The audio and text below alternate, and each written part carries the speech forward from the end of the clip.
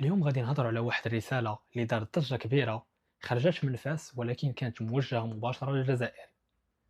عبد الإله بن كيران الأمين العام لحزب العدالة والتنمية ما فوتش الفرصة ووجه كلام واضح وصريح للجار الشرقي، خصوصا بعد التصريحات الأخيرة ديال قائد أركان الجيش الجزائري الجنرال شنقريحة.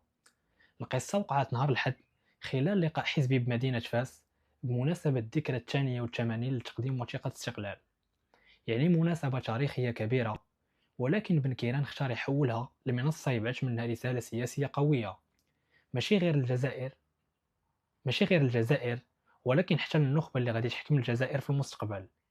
بن كيران قال بالحرف: الناس اللي حاكمين الجزائر دابا مازال كيعتقدوا أن أي صراع مع المغرب كيدخل في مصلحة الجزائر، ولكن حسب رأيه هذا التفكير ولا متجاوز وقديم وما بقاش صالح لزمن اليوم. ومن هنا بدا بن كيران كيدخل في واحد التحليل اللي فيه بزاف ديال الاشارات.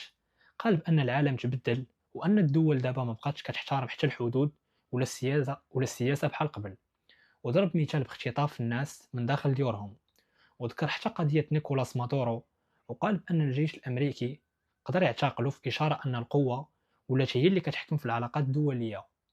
وزاد بن كيران عطى امثله اخرى وذكر مشاريع الضم اللي كان كيهضر عليها دونالد ترامب، بحال رغبته في ضم غرينلاند ولا حتى كندا.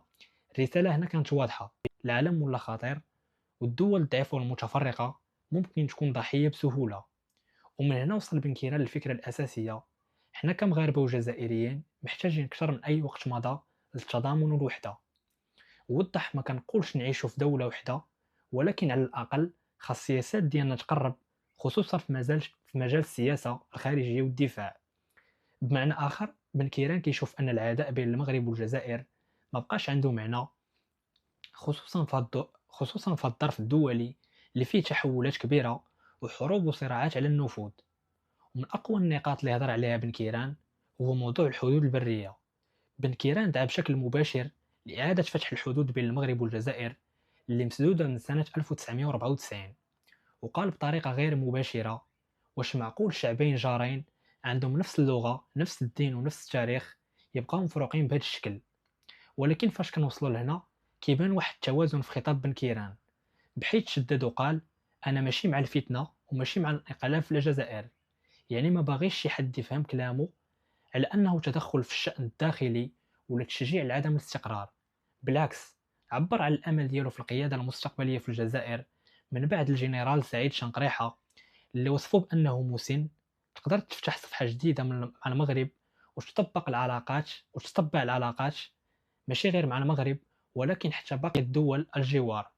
بحيث حسب الكلام ديالو الجزائر عندها مشاكل مع بزاف ديال الدول المحيطة بها. هاد الرسالة ديال بن كيران تقدر تشوفوها من مختلف الزوايا، حيث كاين اللي غادي يقول ان هذه هي محاولة سياسية باش يرجع بن كيران للواجهة، وكاين اللي غادي يشوفها ككلام صريح فيه دعوة للعقل والحكمة، وكاين حتى اللي غادي يعتبرها رسالة موجهة أكثريا للرأي العام المغربي والجزائري، ماشي بالضرورة للقيادة العسكرية. ولكن السؤال اللي كيبقى مطروح: واش فعلا الجزائر غادي تراجع هاد السياسة ديال العداء مع المغرب؟ واش الجيل الجديد غادي يحكم في الجزائر غادي يشوف الأمور بعين مختلفة، ولا غادي يبقاو رهائن لخطابات قديمة وصراعات ورثوها من الماضي؟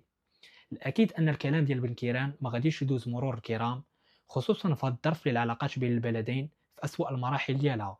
والأيام الجاية غادي تبين واش هاد الرسالة غير كلام سياسي عابر ولا بداية نقاش أوسع حول مستقبل العلاقة بين المغرب والجزائر. دابا خليكم معايا في التعليقات وقولوا لي واش كتشوفوا بن كيران عنده الحق في هذا الكلام ولا مجرد خطاب بلا تأثير، وشنو الرأي ديالكم في موضوع فتح الحدود. ما تنساوش اللايك والاشتراك في القناة، وخليكم مع فيديو جديد قريب إن شاء الله. السلام عليكم.